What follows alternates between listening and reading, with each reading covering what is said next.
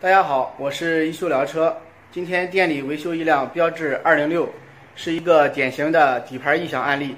感兴趣的大家一起来看一下吧。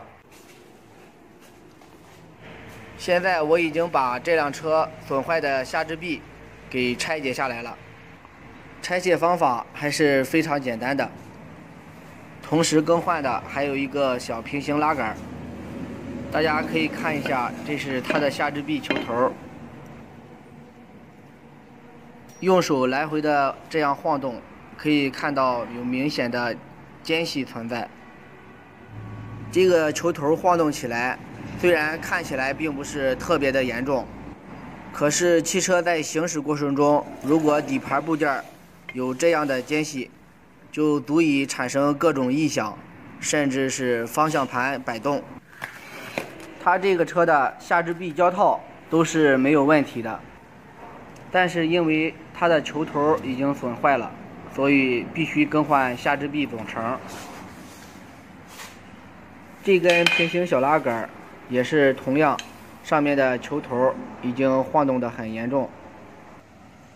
小拉杆上的球头如果损坏有间隙，就会造成汽车在不平的路段出现咯哒咯哒的异响。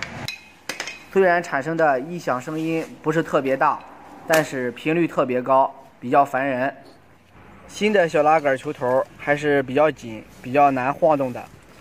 这款车的下支臂球头是与下支臂一体的，所以没有办法单独更换。同样，这个球头也是比较紧固，特别难以晃动。但是当安装到汽车上，经过长时间的驾驶使用，胶套和球头都会出现一定程度的老化和磨损，导致汽车底盘出现各种各样的异响。检查底盘球头是否损坏，方法非常简单，只需用手轻轻地晃动球头，如果有间隙产生，就是已经损坏。底盘出现异响，一定要及时维修。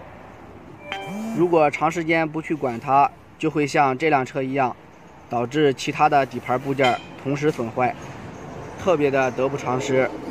汽车的底盘部件是有很多地方都安装有球头的，像这个是方向机外球头，还有方向内拉杆球头。任何的一个球头损坏，都会造成汽车底盘产生或大或小的异响。如果是损坏特别严重的话，有可能会造成刹车跑偏、方向失控的现象，是非常危险的。当然，这里要说一下，汽车的底盘悬挂系统还是比较复杂的，其他的一些部件如果出现损坏，同样会产生异响或者危害行车安全。比如这辆车的减震已经出现渗油的现象，漏油过多以后，减震器就会失去防震和缓冲的作用，也同样会产生异响。